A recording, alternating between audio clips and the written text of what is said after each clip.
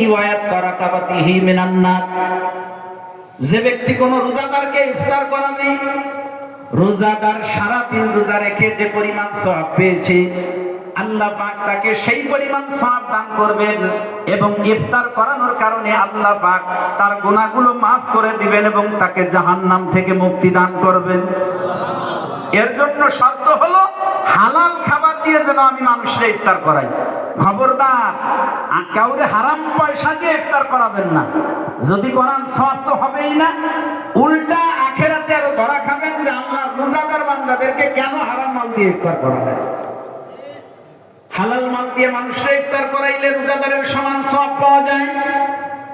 সাহাবায়ে কেরামরা বললেন, ইয়া রাসূলুল্লাহ লাইসা কুল্লুনা নাজিদু মা নুফাত্তিরু বিহি সাইম, নবীজি আমাদের প্রত্যেকের তো এই সামর্থ্য নাই যে অন্যকে ইফতার করাবো, অর্থাৎ পেট ভর্তি করিয়া খানা খাওয়াবো, তাহলে আমরা কি এই ফজিলত পাবো না?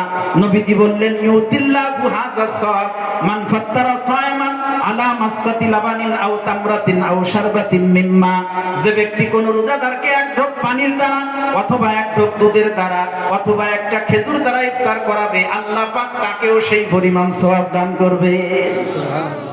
নবীজি বলেন, ইস্তাকসিরু ফীহি মিন আরবাঈ খিসাল, উম্মতেরা যদি তোমরা রমজান পাও তো চারটা কাজ খুব বেশি বেশি করে করবা।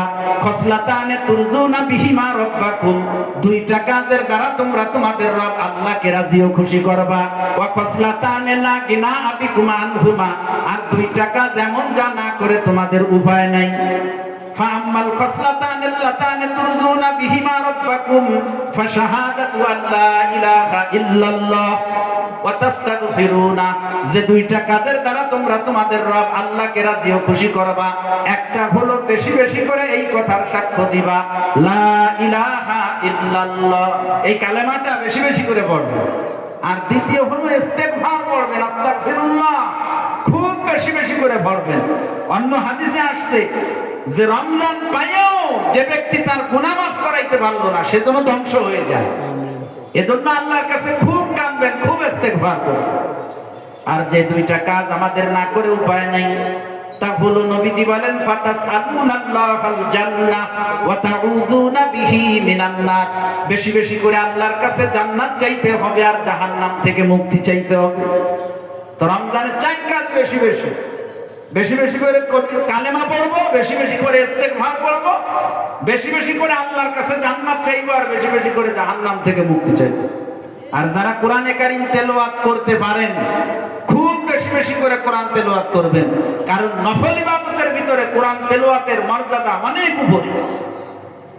আল্লাহ পাক রমজান মাসের পরিচয় দিতে গিয়ে বলছেন কোরআন নাযিলের মাস, শাহরু রমাদান আল্লাযী উনসিলা ফীহিল কুরআন, রমজান হলো এমন মাস যে মাসে কোরআন নাযিল হয়েছে। রমজানের পরিচয় দিচ্ছেন আল্লাহ কিভাবে? বলে রমজান মাস চিনো, এটা এমন মাস যে মাসে কোরআন নাযিল হয়েছে।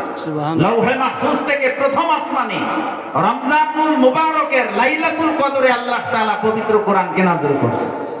আর সেই প্রথম আসমান থেকে দীর্ঘ 23 বছর পর্যন্ত যখন যতটুকু প্রয়োজন হয়েছে আল্লাহ পাক সেইভাবে নাযিল করছে।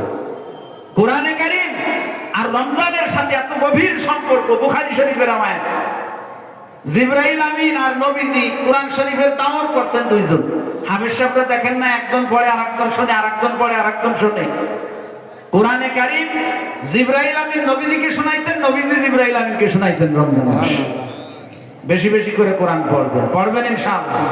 আল্লাহ যেন আমাদের সবার জানে মালে সবকিছুতে বরকত দিয়ে আমাদেরকে রমজান পর্যন্ত পৌঁছায় দেয় এবং রমজানের ফাজাইল বারাকাত গুলো যেন আল্লাহ পাক আমাদেরকে নসিব করেন, বলেন আমিন।